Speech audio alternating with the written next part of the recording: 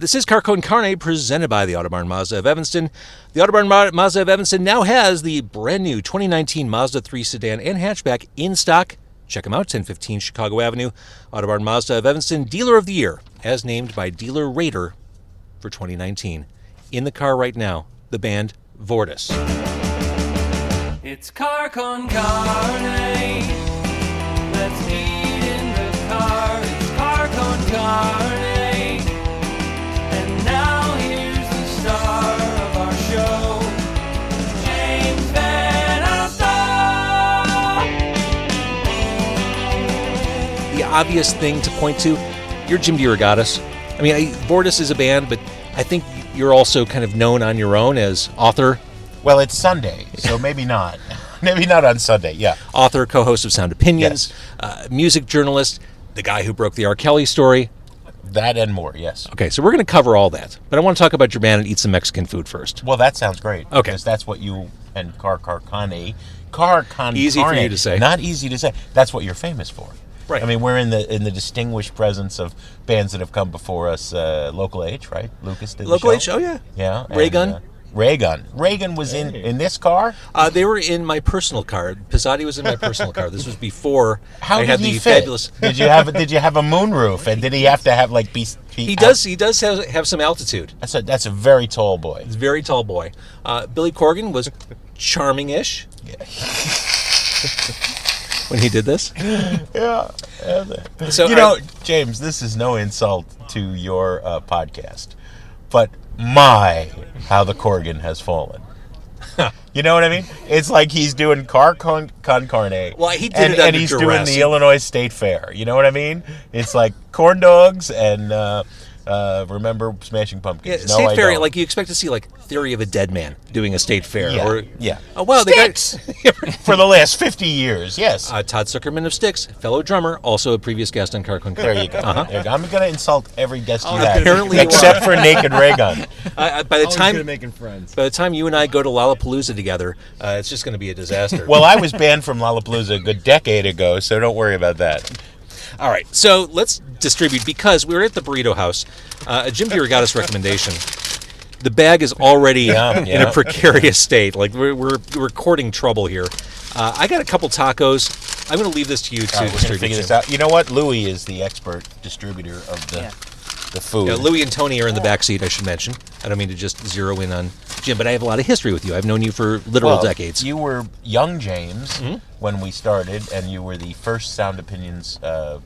Jelly Corbett actually was stuck with us early when we were at the Loop, Wyman and I. But then we went to Q101, and Bill Gamble, a man of considerable corporate kind of background. I mean, the idea was stick young James with these two rock critics, and they can't fuck up too badly. Am I allowed to curse on your podcast? It's a podcast. Yeah. So that's what I thought. Mark Maron. You know what I mean? You were supposed to ride herd over us. But we also liked you, and the riding herd aspect never happened. I kind of broke with you guys, and away from Bill's wishes. Oh yeah, yeah. I was on Team Jim and Bill all the way. Absolutely. We corrupted you in no time flat. No time. Oh my goodness. All right, so wait, you got a quesadilla? I got a steak quesadilla. Steak quesadilla. We thought burritos would be too sloppy, but already I'm getting steak on the floor. The floor is okay. I worry about the oil on the seats and the. Well, no, and that's more on the shirt. Good. I always wear black. Don't worry about that. Oh, there you go. Besides black being very slimming, it's also a safe bet for spilling. What? Everything okay? It's my chorizo that's caused all the havoc. Oh yeah, that makes sense. Your chorizo. Chorizo. Somewhere in that bag are 2 tacos al pastor. I'm in no hurry. I want you guys to do your thing. Just take a bite of everything, and Yeah, when you just- figure it out. You take your time. We're going slow. It's all aluminum wrapped, tortilla wrapped things. So as you're unwrapping, the big reveal is forthcoming, let's talk a little Vortis history. Tony and Jim, you guys started this band, or were in this band back really at the turn of the century. 2000. Yeah. So what was the vision?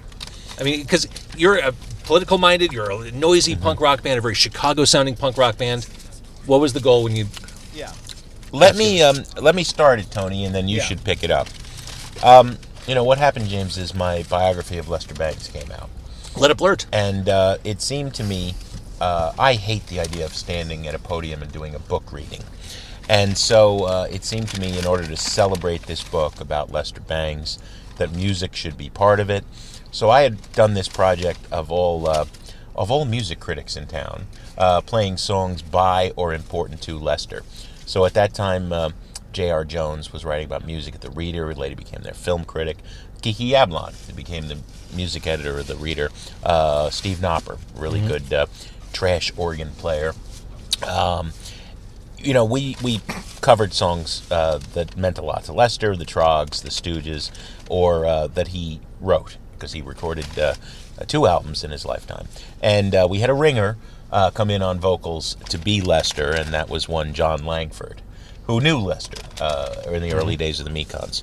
So, I had adamantly I had refused to play in bands during most of my tenure at the Sun-Times, because it seemed to me that I could be accused of a conflict of interest. Getting a gig, bottom of 5, at the Fireside Bowl. I could be accused of, using my lofty position of influence in the media, right? And then doing that project was so much fun. It also I realized it was absurd. I've been playing in bands since I was 13. Why should I not do that? The Hold that thought. Please tell me, and for the love of God, there are more napkins back there. It's been great Yeah. listening Louie could so go in and far get and one. watching Louie. It's been great navigate the listening so grease. far and watching Louis. This is Terrible idea. Hey, This was a bad idea. We should have gone for hot dogs. I should have. I mean, I've just got orange grease. I know. Look at that. Oh, Man. I feel like I'm holding a ticking time bomb right here. Oh, man. All right, so So Langford, Lester Bangs. it was absurd. I've always been playing in bands. The reporter who covers the Cubs for the Tribune or the Sun-Times may play softball on the weekend. That does not mean he or she thinks they're going to join the Cubs, right? So I said, fuck it. I want to keep playing, and then that's where I'll let Tony pick it up. Michael Weinstein was Michael married Weinstein to my professor at DePaul University, married and he to was starting a band, my professor at DePaul and it was going to University. be like And a he was starting a band. political rap And it was going to be, rant type like a thing, like Ice Cube, Political rap, and rant started off type him doing thing, like Ice acapellas Cube, and at started off like him art doing galleries. Then acapellas his wife, my teacher, said, art "Hey, we should get galleries, some and drums and wife, bass my involved," teacher, said, which "Hey, they we did. That's should how get Jim some, came in. drums and bass Dina involved." Weinstein Which they approached did. Jim, That's how knew Jim came them in. from writing and Dina stuff, Weinstein and they had approached some Jim, rehearsals, knew them from writing and and realized, okay, we got to And pick they up the had some sound. We need a guitar rehearsals. player. And So we got I just by the guitar happenstance was on DePaul's campus So because I had to I get just some by transcripts, happenstance and was she on saw DePaul's me campus and she asked me, because I had "Would to you get be some interested?" transcripts. And she told me a very interesting theory on people joining bands. Like, there are 3 criteria. 1, you got to be intelligent. 2, you have to be responsible. And 3, you should play an instrument in that order. Instruments at the bottom. In that order. And she Yeah, knew me yeah, as a that student. order, She's like, yeah. "You fit the That first was the 2. I least think you play important guitar. thing. So why don't you try it?" And so showed up, and then the rest was history. Why don't you try it? And so showed up, and then the rest was history. Yeah. It was sort of her lab experiment. Yeah. So, we were following Michael, his lead, for the first, 6 years, 7 years, right? And I think it resulted in a bit of typecasting, a bit of an outsider art aspect, if you will. If Wesley Willis had had a PhD and been a tenured professor for 30 years and written 23 books of political philosophy, Yeah, he was an that insane might have been a genius. Yeah, comparison he to was Michael, yes. insane, but a genius. Insane genius. Yeah, he was insane, but a genius. When Tony says Ice Cube, his role models were Ice Cube, Iggy Pop, and Noam he really did. Chomsky.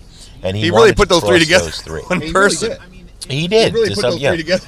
And it was great fun for us as punks because there's a memorable gig where he was ranting and raving about Osama bin Laden had a point, and not the violent part, but the anti-global imperialism, and some guy who had been in the service, hold off and punched him in There the was face. that outside one. We was talking about the had many Unabomber, the guy in gigs the like that. bicycle.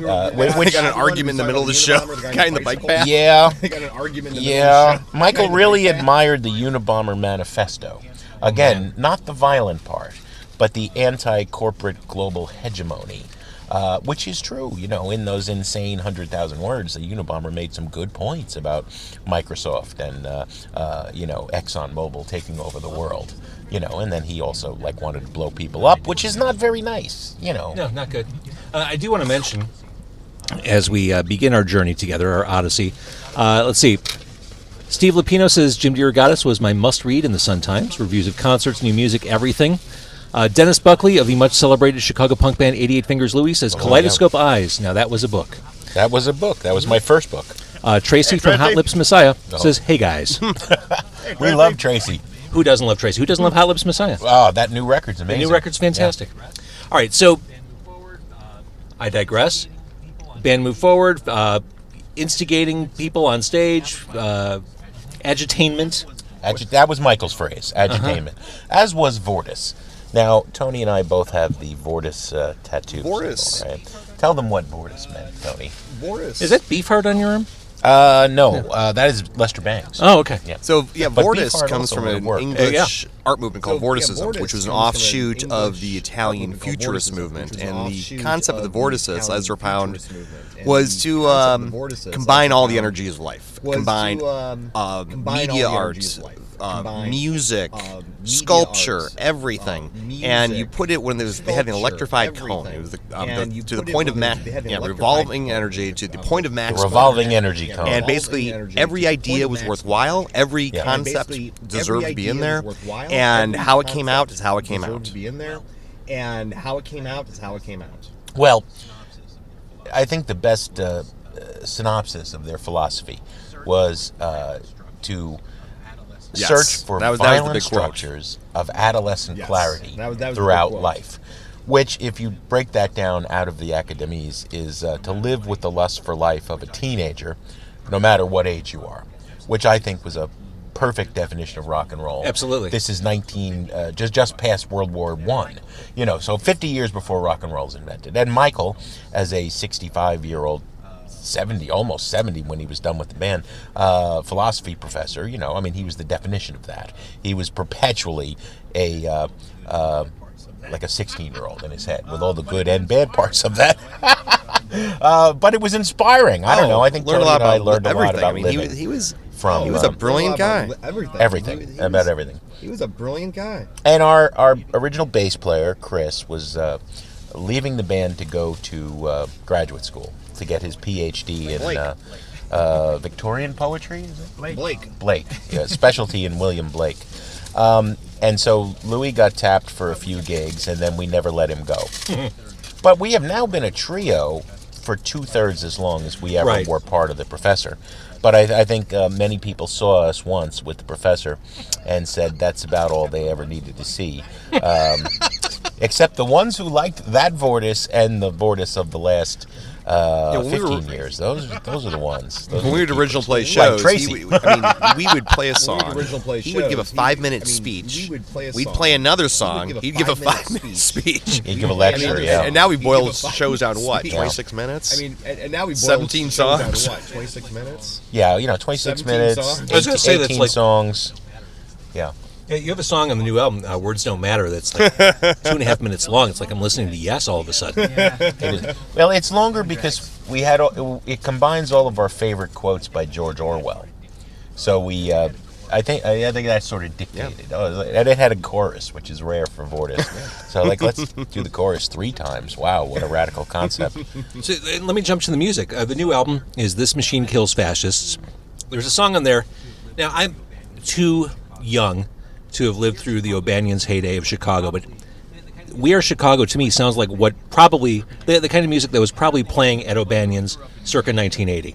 Like I don't think any of us. Well, Louie grew up in New Hampshire, and I didn't get here till 91. I was too young, Tony, actually. did you ever- I'd go to Dirty I was Nelly's too out in young, Palatine to actually. see bands I over go to there. Dirty Nelly's out in Palatine. But to the- see bands over there. It is. I guess the that was reference the being, goal it sounds with like that one. textbook old I school actually Chicago. wrote the lyrics for That that was one. the goal And with that one. I wrote them that actually night wrote the that lyrics for that one. a bunch of And people I shut wrote down them that Trump night that, speaking at bunch UIC. of And people I was shut just down so Trump inspired. Like, speaking good, at finally UIC. someone's doing Yeah. it. Didn't pan out well in the end, but Good, like finally someone's doing right. exactly, Pan out well. exactly. Yeah, but the And resistance I'm saying, we're starts Chicago. there. That's It starts cool. in But, Chicago. Chicago is Yeah, also it's like, not. we're Chicago. That's It's got its cool, problems, but, and you hear it in the Chicago is lyrics. also not- But again, when making the music, that was the idea of just creating a Chicago-sounding punk rock song, an homage to all those.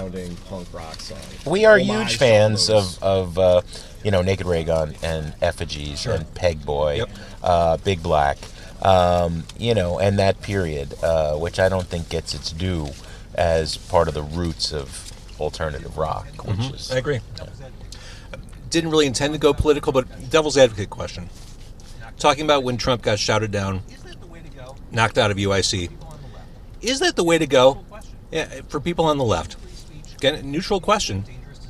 Isn't free speech, isn't that dangerous as free speech when you don't allow people to have it? I always think about that. It's like, you say, okay, well, you shouldn't speak, but we should. I mean, that's a bit hypocritical, you can say. However, when you can see the writing on the wall that someone is a very dangerous bully, to use just what it's panned out, then you got to say something. And it's not about free speech. It's about seeing someone that's actually dangerous. It's like, if you're saying someone's not hurting someone, that's fine. When you've got someone that's calling Mexicans rapists, when you have someone that's publicly making dangerous comments, you got to fight back somehow. If we had the Wayback Machine, James, and we were able to transport ourselves to Berlin, 1935, would it not have been better to shut down Hitler's speeches that lead to Mein Kampf? I know. It's rhetorical. I know. But here's the slippery slope we are on in 2019. Right. It's. I believe that in 20 years' time we're going to begin to read the history books, and people are going to say, "How did this ever happen? How did this ever happen? How did America turn on every fundamental value that we've ever had? A nation of immigrants, a nation of law, a nation of freedom of speech. And I mean, you have a man who we're supposed to stand up for his freedom of speech when he keeps calling the press fake news. And It's interesting. I wanted to talk about that a little bit. The press, journalism. Some of what I know and have learned about journalism, I learned watching you. And it's hard to explain for people who don't know journalists, who haven't done that as an occupation. We've been lucky enough not to know journalists, yes. But I mean, there almost is. I mean, there's a wiring you journalists have. It's this commitment to the truth, and nothing else matters than getting the truth out and being loyal to the facts, and just writing that. The R. Kelly story is a perfect example of that. It's a different mindset, and when I hear things about fake news and journalism, it rankles me, because I know intrinsically journalists are the exact opposite of that. It is a different mindset. Yeah. Right? That's hard. Right? You cannot have an alternative fact and say that's very soft. It's like a pillow. No, it's hard. Facts. There are some things that are facts. Like climate change is one. Evolution is another. Then there's this world of subjectivity. I've always been a critic. I mean, you've known me as a journalist and a critic. If I'm reporting that Lollapalooza is, shorting the city and county with $7.5 million of entertainment tax that everybody else would have to pay, that's an objective fact. Subjective is my opinion. Lollapalooza is a festering pile of shit. We can argue about that. But we can't argue about the fact that they got away for 7 years without paying taxes and got a start as a non-profit, right? Which is exactly the same thing we see happening now with Lincoln Yards. We are going to subsidize them as taxpayers to build this giant yuppie, controlled community that is then going to have venues brought to you by Live Nation Ticketmaster that will continue further stomping out this city's vital, vibrant, independent music community. We can argue about whether that's good or bad. What is so bad, Jim, about the big corporate concert venue as opposed to the small hideout, empty bottle? Or the many venues we've lost, Lounge Acts or Fireside Bowl or Township. ponchos, and what was the place that always smelled? Ronnie's, the place that always smelled like cat piss, which was really frightening because there was no cat. Right. But it was, I think what we are fighting for now in America and in the Chicago music scene, in a microcosm of America, is the idea of community, or are we going to live in some sort of corporate global hegemony? Was Michael's favorite phrase, and I think we've always seen it as the same good fight. So yeah, as a journalist and as a critic, I've been fighting my version of that. Let's talk a little bit about that thriving independent Chicago music community. You've reported on it. You've been in it for the past 20 years as a musician. Where's it at now as opposed to when you first, let's say, got here from New Jersey? I think we're losing venues, but I think we often don't step back. Having lived in Minneapolis twice, growing up in New Jersey, traveling a lot, I think we take certain things for granted in Chicago. I mean, there are easily a dozen great mom and pop record stores. Still, even as the sale of music declines and becomes extinct, we have 6 or 7 really great small independent clubs. They become less and if I can just add to that, all the time. the dangerous part, And if I can just add to that, the lack of all ages shows. The lack of all that's something we've lost entirely. And again, besides being in a punk rock band, Yeah, I high school completely English agree with teacher, I see that with kids. They're not going to concerts. They're not going to shows. And when I was a kid, that's what you did. Yep. And then when you go to the shows, you buy the records, et cetera, et cetera, et cetera. And then the kids are just getting more slaves to corporations. So what's big out there? Slaves to corporations. It's so interesting. I just had this conversation with my teenage, all ages wanting to go to son, and his lament is that there's nothing for him to do. His options are so limited. It's true, unless he's going out to Tinley Park or the United Center for a big super arena show. Like, he can't have those experiences. Yeah, the other week I was going to see the Viagra Boys. That we had. My son's like, that's not When we were his fair. I age. want to go. I'm like, dude, you got a few more years. I'm sorry. I'm like, dude, You know? you got a few more years. I'm sorry. We have a new mayor. When in your lifetime, James, did you think we would have a female person of color who is gay as mayor of Chicago? 10 years ago, it seemed unthinkable. Yeah, 10 years. It was unthinkable last year, I think. I think it was unthinkable a couple of weeks ago. I would love to see, instead of Emmanuel for 8 years paid lip service to this mayor's office of music, I would like to see an actual mayor's music council with representatives from clubs and fans and musicians to deal with issues like, can we figure out a better way to approach the all ages license? Can we do something? Why on earth the Hideout hasn't been landmarked already to protect it from that encroaching behemoth of Lincoln Yards? Look, Maxwell Street's gone, and it's never coming back. Right. The birthplace of all modern electric music, is Maxwell Street in Chicago, and it's now UIC parking lots. We've lost so much history. Chess Records is empty. It stands empty. Yep. There's nothing to see, even on the occasions when it's open.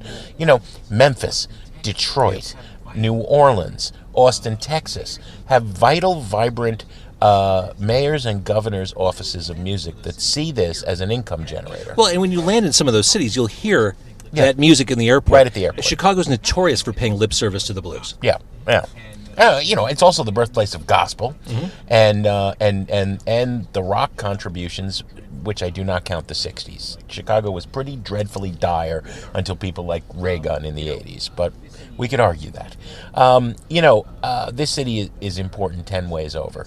I think it's still the best American music city, but it's under siege, and every American city is in this time. And look, in the macrocosm, we got bigger problems, but it's all part of the same. Hence, Louie, why did we call the album what we called it? This machine kills fascists? Yes. Because we believe in the power of music, man. Yeah, where's it come from? That's Woody Guthrie, of course. Yeah, it's kind of Wilco of us in a way. A band we have zero to do with, really. All due props to Jeff Tweedy. It's just there's no Wilco in us. we can't play well enough, and we have no roots to be roots rock. No, these are spirited 90-second punk rock songs. I love Clickbait, a song that begins with the driving beat from Jim DeRogatis. Louie wrote that. Oh, really? Yeah. Well done. But in an age where all the rules for marketing music and journalism are different, talk to me about the very nature of Clickbait. As you're writing stuff, as you're posting stuff for your podcast on Sound Opinions, what's different about presenting that content to the public? And Jim, how do you toe the line between writing a headline or a teaser for a show that's true to what it is and making it sensational enough? Thank you for articulating my question much better than I did. To lure more people. Well, Louie was in advertising, so There you we feel guilty about Thank you, this. Louie. You know, for me, social media is 90% self-promotion. Mm-hmm. I have written this. We have this episode of Sound Opinions. You know, here, check it out. I don't think it's a way to communicate. Not for real. Mm-hmm. You know, in terms of an exchange of ideas meaningfully.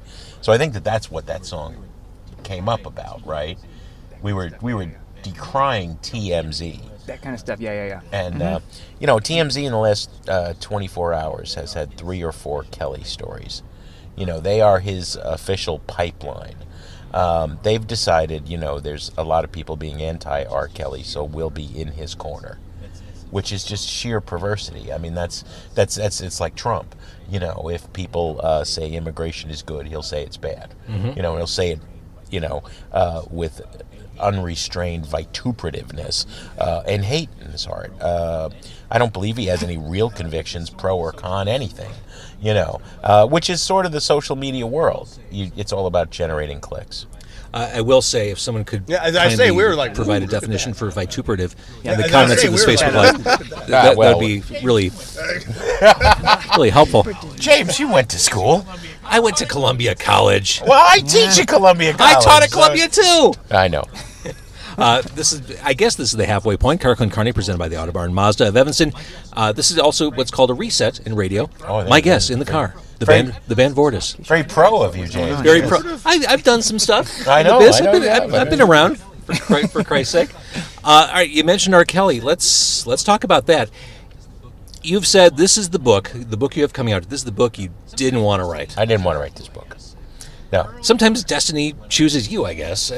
Early on, when I was, 21 or 22, in my first job as a beat reporter in Jersey City, New Jersey, at the Jersey Journal, I had 2 brilliant female editors, and I've gone back to both of them, and they both disagreed that they said this. So it was either Margaret Schmidt or Pat Donnelly, and I credit both because one of them said it.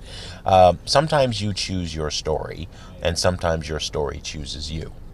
And I have added the sequel to that. Either way, you're not a journalist if you don't follow it through to the end. So, yeah, all right, this story chose me. And initially you wrote it off. And you just kind of pushed the facts to the side. I got this fax. The whole thing is in the book. Book's out June 4th. Soulless, the case against R. Kelly. Yeah, I got a fax that I thought, James, in those days, you knew me, circa 2000. Mm-hmm. I got a lot of hate mail. Whenever I reviewed Billy Joel or Eric Clapton and called them unrepentant geezers, I got hate mail. Whenever I Those were your best reviews. Those were, yeah. I stand by that. And they were geezers 30 years ago, and what are they now? Headlining Wrigley still. Well, Billy Corgan's playing the State Fair. Not really. He's done better than that. Anyway, reviewing Common, reviewing R&B, reviewing, the hip-hop that was about to explode eventually with Kanye West. There were a lot of racist readers, too, who would say that's not music, that's noise. So I thought that this fax that said, you recently wrote a review, it came 2 weeks after the review, the Wednesday before Thanksgiving 2000, that compared R. Kelly to Marvin Gaye. Well, Marvin Gaye had his problems, but they're nothing like Robert's. His problem is young girls. And this goes back many years. And I initially tossed it on the junk pile of hate mail. Yeah, thinking, I get that. But there were a lot of details in there that haunted me throughout Thanksgiving weekend. And among them was the name of a young woman who had filed a lawsuit that had never been reported reported. There were other people, and the single thing that stuck out was the name of a sergeant in Chicago in the sex crimes unit, and the letter writer, anonymous, and I still don't know to this day who sent that fax. It said the Chicago Police Department's been investigating for 2 years. You can call Sergeant Chizewski of the sex crimes unit. So Monday morning, I went into work once a week to pick up the CDs, and show my face to editors, but hopefully not see them, so I could have been seen but left without getting more work. You got your credit for showing up. There you go. So I called CPD switchboard and asked for Sergeant Chizewski, the way it was spelled in the... Because I thought, look, if you're going to make something up, you're not going to make up a great Polish cop name. That's it. Like that. You're just not going to make up that Polish cop name. And Just getting the consonants right would be hard. It was completely spelled wrong. Yeah. And I almost hung up when the operator told me we don't have anybody with that name. And I said, can you check? Do you have anybody with a similar surname, Polish, in sex crimes? And a woman picked up the phone, said, Chizewski, Special Investigations. I said, I'm calling from the Chicago Sun-Times about the investigation into R. Kelly. And she said, I was wondering how long it would take before somebody called about that. I can't talk to you, and hung up. Jesus. Now, what year was this? This was November 2000. There was no tape operator, recording engineer, publicist, radio programmer, writer. It had always been in the air. R. Kelly likes them young. And I don't think anybody had stopped to really think about what that meant. And the whole thing with Aaliyah, he had denied it, she had denied it. Were they married in 1994? Was she 15? Was she 18? What had really happened? So I was already almost a decade late to that story in November 2000. Our first story, me and Abden Palish, took 6 weeks to report. It ran December 21, 2000. And we honestly thought that December 22, 2000, R. Kelly's career would be over. And then we thought the same thing again in February of 2002 when I got a 26-minute, 39-second videotape of him having sex with a 14-year-old, which is the single most horrifying thing. I can't imagine. Imagine. I had to pop Toy Story 2 out of my daughter's VCR. It was the only VCR we had. She was in preschool, and I was working at home on the Northwest Side. And I got a call. Go to your mailbox. Click. And there was this tape. And you can't unsee something like that. And yet, R. Kelly was never more successful from the time he was indicted in June 2002 until now. I mean, the biggest, most success of his career came after he was accused of making child pornography. Came after the Sun-Times revealed 4 civil lawsuits, 3 of them by underage girls. Came after the bulk of our reporting. It made him more popular. And see, that's just nuts that he was charged with child pornography, and that was it. Yeah, that he got away with it. Well, it's very complicated. That's what takes a whole book to tell. Fair enough. I mean, every system in this city failed. The courts failed, the cops failed, the civil attorneys failed, the churches failed. I have connections in the book to Jackson and Farrakhan. Sure. The journalism failed because where was the Tribune on this story? Where was the national media? Nobody stepped up. And it's a systemic failure to care about young black girls. Is that something I'm assuming it is something you talk about in the book, like extensively. Why the Tribune, why New York Times, why they didn't? Yeah. I mean, I was shooting for the kind of books that inspired me to become a journalist, albeit a music journalist. I teach at Columbia College. One of my courses is journalism as literature, and we start with Truman Capote's In Cold Blood and Joan Didion, some dreamers of the Golden Dream, and we read The Right Stuff, and we go up to Susan Orlean and Mark Bowden, and this notion that journalism, Tom Wolfe says in his epic anthology, The New Journalism, journalism can use the techniques of the short story writer or the novelist, but it will be more powerful because it is real life. I believe in that ideal, and that's what I was trying to do. Long after anybody gives a shit about who that son of a bitch who destroyed so many lives was, I think that this will be a book about systems failing, and in the Me Too moment, how even now, when we are considering, Joe Biden has to come to a reckoning. Still, no victim matters if she is a young black girl. We don't believe they are the ultimate victim because no one will listen to them. And I don't know, James, you've known me a long time. I am a fat, white, grumpy rock critic. I do not have special powers to ring doorbells on the south and west sides of this city. Abden Palish and I went and we talked to people who were eager to talk because nobody was listening to them. That was as simple as that. And I think I had this other advantage, James. I could talk about music. I could talk about music. It's like, I'm ringing the bell. I'm not a cop. That's fairly obvious. I'm also not necessarily somebody that many of these people could relate to, except like I knew who Parliament Funkadelic was and Mavis Staples, and I'd interviewed them both. And so we had this common ground. Now, this is what I think Vortis has to do with this damn book, James, is if music can be, as I have believed since age 13, the ultimate tool to save us. Rock and Roll by the Velvet Underground. Jenny said when she was just 5 years old, that New York radio station, couldn't believe her life was saved by rock and roll. All right. The reason I am not a fat, racist Jersey City cop, the fat parts here, is I discovered the music and I discovered the writing about it. It was both. It was the writing that put it in context, and it was the music. I believe that this community, I believe that the world can be better, in part through music, because it changes us. I'm not talking Bono crap or 60s romanticization. The music stopped the war, man. No. The music makes us think, and the music unites us, even when we don't think we have anything in common. What am I talking about? God damn it, if you dropped Mavis Staples down in the middle of those fucking assholes rioting in Charlottesville, and she sang, right? The way she sang, walking arm in arm with Dr. King in the face of fire hoses and bulldogs and batons being swung at her, and she sang, and they changed the world. Didn't change enough, but it started to change. Yeah. All right? And I think that's what we need today. If all of that is true, and you can call me a naive asshole for saying it, I think we have to ask ourselves the opposite.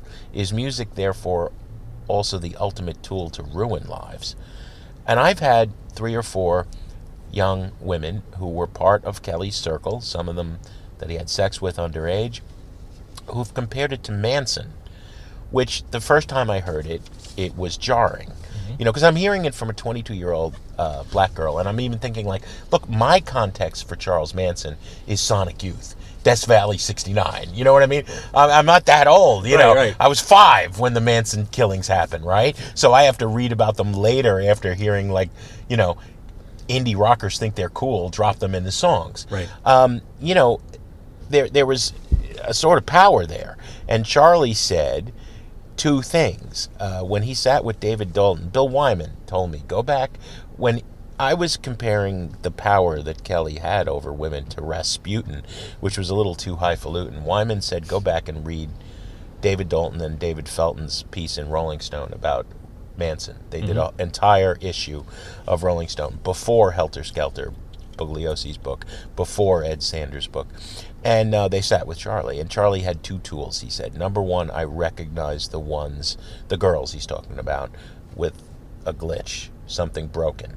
I knew who to choose. And number 2, he said, I had music. The book opens with the facts, and it ends with the very first girl who tried to stop him. He picked her up in her high school choir class at Kenwood Academy in 1991. That sound you hear is my flesh crawling. Yeah, I know. Jesus. Her high school choir class, a Chicago public school, and the class was taught by Lena McClin. She's the niece of the Reverend Thomas A. Dorsey, the man who invents modern gospel music. And, she sued in 1996, only after the state's attorney of Illinois refused to press a criminal claim. So she files a civil claim and settles it in 98. And it ends with her. I finally met her in January.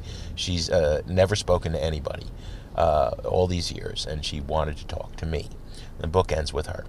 And James, I said to her, come to this Vortis gig at the Hideout where we're going to celebrate the release of our record and my book. And it's got to have those two things. It's got to have music. I don't give a fuck, man. I'll buy all the records and hand them out for free. I'll buy all the books and hand them out for free. It's not about self-promotion. But I said to her, sing with us.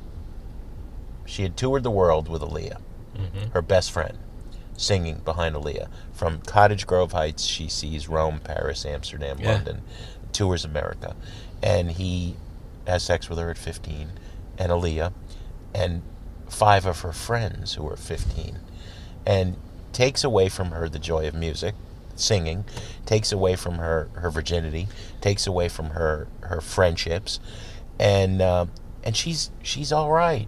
Her daughter now is as old as she was when. Yeah. She has a really solid job, and she has made something of her life, and it's like, I'd love to hear her sing. That's, Yeah. I would love to give that back to her. I love that. Yeah, well, that's me. I'm a sap. When she keeps texting me LOL. I keep trying to talk her into it. Come and sing. We won't suck for that occasion, right, boys? No, we'll learn something. We'll learn whatever she wants to sing. When the documentary came out and people seemed to finally just wake up, was your response, where the fuck were you guys? No. I have never been territorial or fearing a scoop on this story. I don't mean that, but where was the outrage before? Not even pointed at journalism, but society at large suddenly waking up to this. Were you thinking, come on? No, I thought it was about time. The only feeling I have is too little, too late. Mm-hmm. I understand, Dream is someone I respect enormously. Dream Hampton was the showrunner. I do not respect Bunham Murray. The production company is the same that brought us The Real World and Keeping Up with the Kardashians. And isn't that part of the problem? This blurring of reality and celebrity uber alles, right? But Dream was not connected and I wouldn't work with Bunham Murray. And I think Dream did something valuable. For 19 years, I've sat with women as they've done the hardest thing any woman can do, which is rip out their soul and tell me about their sexual assault. And it's them who have affected this. Appearing on camera and America getting to meet some of those women, it's them who've done it. There was a Washington Post column that I write about near the end of the book not long ago. Margaret Sullivan's a brilliant media columnist. She said, investigative journalism couldn't do it. It took a hashtag, Mute R. Kelly, and a docuseries. And I don't think any of that's true. I think all of that played a role. But it was these women, James, for 20 years, risking financial ruin, risking fearing for their lives to speak out. I was a megaphone. I was amplifying what they were telling me. And I'm sure that R. Kelly machine is intimidating. It used to be more. He's broke now. I think even that wouldn't be doing it now unless he was... he played last night for 28 seconds in Springfield. It was $100 a ticket, a club show, after he got booted off a state fairgrounds show that was supposed to be a real concert. So then he's doing this after show. He shows up and he sings for 28 seconds a couple of lines of Bump and Grind. It was supposed to be $100 to party with, have your picture taken with, get an autograph from R. Kelly. 50 people showed up. He's done. Mute R. Kelly has effectively... I have... You asked the question earlier about free speech, and I have philosophical problems with the idea of stamping out. Sure. Mein Kampf should be in print so that we can read it and study what hatred looked like. Should Kelly still be played at backyard barbecues, at weddings, at church on Sunday? That's a more difficult question. But what Mute R. Kelly set out to do was take away his power to commit these crimes by taking away his income. Right, for sure. But RCA Records, it still hasn't commented, but they've dropped him from their label. He made 15 major label albums, sold 100 million records, generated for himself $250 million, and a full $1 billion for Jive Records, which was quite possibly neck and neck with Interscope for the sleaziest record company ever. I mean, they're also enabling the sexualization of Britney Spears at age 14, and Lou Pearlman is bringing them Backstreet Boys and NSYNC, while he is later convicted of fraud and sexual abuse of young boys. I mean, nothing mattered to the old school music industry except money, and it is extinct, James. Oh, it is absolutely. We have killed it. So, the book again is called Soulless. The Case Against R. Kelly, yeah. And it comes out in June. June 4th. Okay. The details are laid on the out. web, on the interwebs, yes. They're on the web. I guess the question I have for you, and there's so much, I mean, this was just a soupçon of what we can find in your book, a mere taste of what... A soup song, that's very good. Thank you. An amuse-bouche. Amuse-bouche, yes. I guess the question I have for you, as someone who's been in this, talking to the victims, chronicling the story, where do you see him ending up? Does he go to jail? I think the Chicago case against him is very, very weak. Very weak. It's going to fall apart. But there's a 26-member federal task force that has interviewed everybody I've ever interviewed. They've been fanning out Los Angeles, Chicago, Atlanta, New York, Florida, Miami. I think if the federal charges of 30 years of sex trafficking and students of rock history, violations of the Mann Act, for which Chuck Berry was imprisoned, transporting underage girls across state lines for immoral purposes. I mean, it exists, and people are still charged for it. I think the federal case will be real. I think Chicago will fuck it up again. I mean, it took 6 years to go to trial. 2002, he's indicted. 2008, it goes to trial, and he's acquitted. On like 22 counts, right? 21 counts of making child pornography. A jury of his peers acquits him because the girl in the videotape, her mother and her father, never testified. But 15 witnesses did. And the state had 50 before the grand jury. That's a complicated story. It's in the book. I don't know. He has 9 lives. He could fade into oblivion slowly, playing, strip clubs in Springfield where 50 people turn up, which would be pathetic enough, or he could get off scot-free. And here's a troubling thing. His career resurged when he was acquitted. 2013, he sings at Coachella with Phoenix. He headlines Bonnaroo. He headlines Pitchfork. And Black Panties is, one of his most successful albums. By then, people knew. And people embraced him, not despite knowing. Some people embraced him because they knew. Yeah. And that's like being one of those sick motherfuckers who wants to have a piece of John Wayne Gacy jailhouse art in your living room. I mean, or you're collecting Manson family memorabilia. Exactly right. Your commitment to the story and seeing this to its end, and really the work you've done on behalf of the people victimized by this is exemplary. Thank you for everything you've done. It's all part of the same thing to me. The playing music, teaching, writing about it is all, you use the tool you have. I'll tell you something. He's been relentless with it, too, because we'll be at rehearsals. He's fielding, talking to people on the phone, talking to victims' families, working on it. We were at a show not too long ago. He had to leave after we got there for load-in, sound check, and you wait between then. He had to go to the south side to try to work on a story to get into that warehouse. It was Justine Street. The family of one of those girls had flown in from Florida and were being threatened with arrest for trying to see their daughter at the recording studio on Justine Street, which is half a block from Pitchfork where they headlined. There's some vindication in this book. When I was decrying Pitchfork booking him in 2013. I remember. I'm old, fat, clueless. I remember. Pompous, out of touch, and it's like, what do Mike Reed and Chris Kasky and Ryan Schreiber say today? Right. It's like, all right, so the book is out in June. June 4th.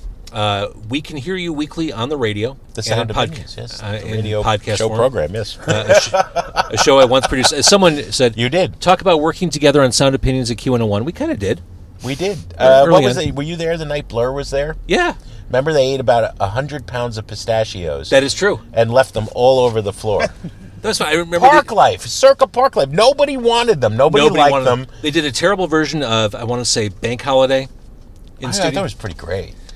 It was Blur. It was Blur. It was 1 o'clock in the morning on Q101. That was pretty fucking great. Yeah, I mean, we had the Flaming Lips in there. We had John Cale. We had Hitchcock. Robin Hitchcock, yeah. former Carne guest. I just Yes, wanted yes, to say yes, that. Yeah, that was a lot of fun. That was great. We had Courtney Love live for 2 hours. Oh my God, that's right. Yeah, and we blew through the commercials. And the dump button never got more of a workout in the history of radio. Oh yeah. Yeah. Oh yeah. She was. That was amazing. All right, so Sound Opinions, we can hear you there. Vortis, the band. We started the show with Vortis. Damn it all, we're going to end with Vortis. The new album is available on vinyl. It's a handsome-looking vinyl. Cave Tone Records, right? Mm-hmm. Louie, you should say something, Louie. Cave Tone Records. There it is. Well said. Do you watch television? Yes, on occasion. Yes. You've seen the Maytag commercials? Yes. With the Maytag man is the refrigerator and they throw leftovers at him. Louie wrote those. Get out. Louie wrote those. He's an advertising titan. Yeah. On to segment 3 of the show, where Louie comes out. Now, you wouldn't know that he was in this game, right? Because he said like 4 words. Right. I got nothing to say. He's like a quiet storm. There you go. Gina says, ew, nightmare to be stuck with Courtney Love for 2 hours. No, that's not true. Courtney Love is one of the smartest women I've ever met. She's also one of the most troubled. Mm-hmm. If you recall, she was simultaneously insulting us, seducing us, joking about something she said 5 minutes ago, steering where the conversation It was some of the most should bonkers go. radio. It was what I think that call was the sort of thing I got into radio for. Yeah. That all the rules are gone. We have this. And there's a crystalline truth. Remember what she said about Corrigan? She insulted Corrigan. She said, "You know what they call him, the road crew? The pear-shaped boy," which I just thought is perfect. And then I asked her about Grohl, and she said, all you have to know about Dave Grohl is he and Albini are the guys that went out back when they were making In Utero to set their farts on fire." And I'm like, that has proven to be just about all you do need to know about Dave Grohl. You know what I mean? Because I liked the first Foo Fighters record, and then, not since. Not even a song here or there? It was very nice of him to book Naked Raygun and Urge Overkill at Wrigley.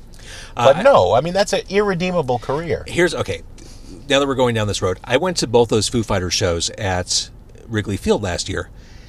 I respect a band that can change up their set list every night, especially at that level. Pearl Jam does it. But every Foo Fighters song is the same. Well, my point is Foo Fighters had the exact same set list both nights, and you've got to assume there will be fans going to both nights. Yeah. I think you owe them a different set list. But what would it have mattered? It's one song. Snarkiness aside, one thing I hated about the same show both nights, the same exact patter between songs about Ray Gun. Oh, my God. Oh, no. About going to Cubby Bear and seeing a band from Chicago, Naked Ray Gun. My older cousin took me. I know, the whole thing. Yeah. Same. I mean, it was note for note. Yeah. The same. That drives me nuts. Like when I had Hitchcock on last week, I mean, I love and respect the fact that you never know what you're going to get. No. And as a fan, that's what you want. You want to be excited. The internet spoils everything. You could look at setlist.fm and know exactly what your favorite band's going to be playing when you see them. I like a little bit of mystery. Of course. Especially when you're a band with a 10, 12, 15-year career. Right. Exactly. All right. So, Sound Opinions. You've got a shelf's worth of books that you put out. Kaleidoscope Eyes mentioned earlier. I wrote the introduction to your book. You add the book that never came out. Did it never come out? It never came out. Oh, I'm sorry. But it was a great intro. It was fantastic. I have a copy, though. No, that was a different book, the Q101 book. Oh, the Q101 book. All right. The other book didn't come out. Yeah, Tim McElrath of Rise Against wrote the intro to that. All right. Well, I've written... Yeah, all right. But you've written tons of stuff. Yeah, right. We go way back, I guess, is the point. Yes. So we'll get the book. Thank you for staying on that. Thank you for being an exemplary journalist. Vortis, thank you for just rocking the hell out of your 90-second songs and doing what you do. Love you guys, and thank you for eating some of the greasiest tacos. Yep. It was good, though, wasn't it? Oh, that was some great El Pastor. That was good. Fantastic. I'm not going to shake hands with you when you leave because I have a protective film. We won't take it. Yeah, there is that. Yeah. All right, and if you're watching on Facebook Live, thank you so much for watching. This is Carne, presented by the Autobarn Mazda of Evanston. If you like this show, please tell a friend. Support them. Thank you for watching and listening.